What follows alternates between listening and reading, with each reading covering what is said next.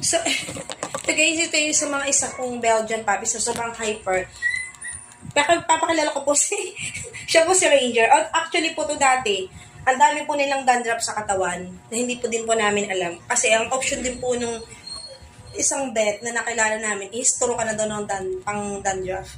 So kami naman, nag-search din sa YouTube and then may nakita po kami isang vlogger dyan na nag-aalaga din, nag-breed din ng Belgian.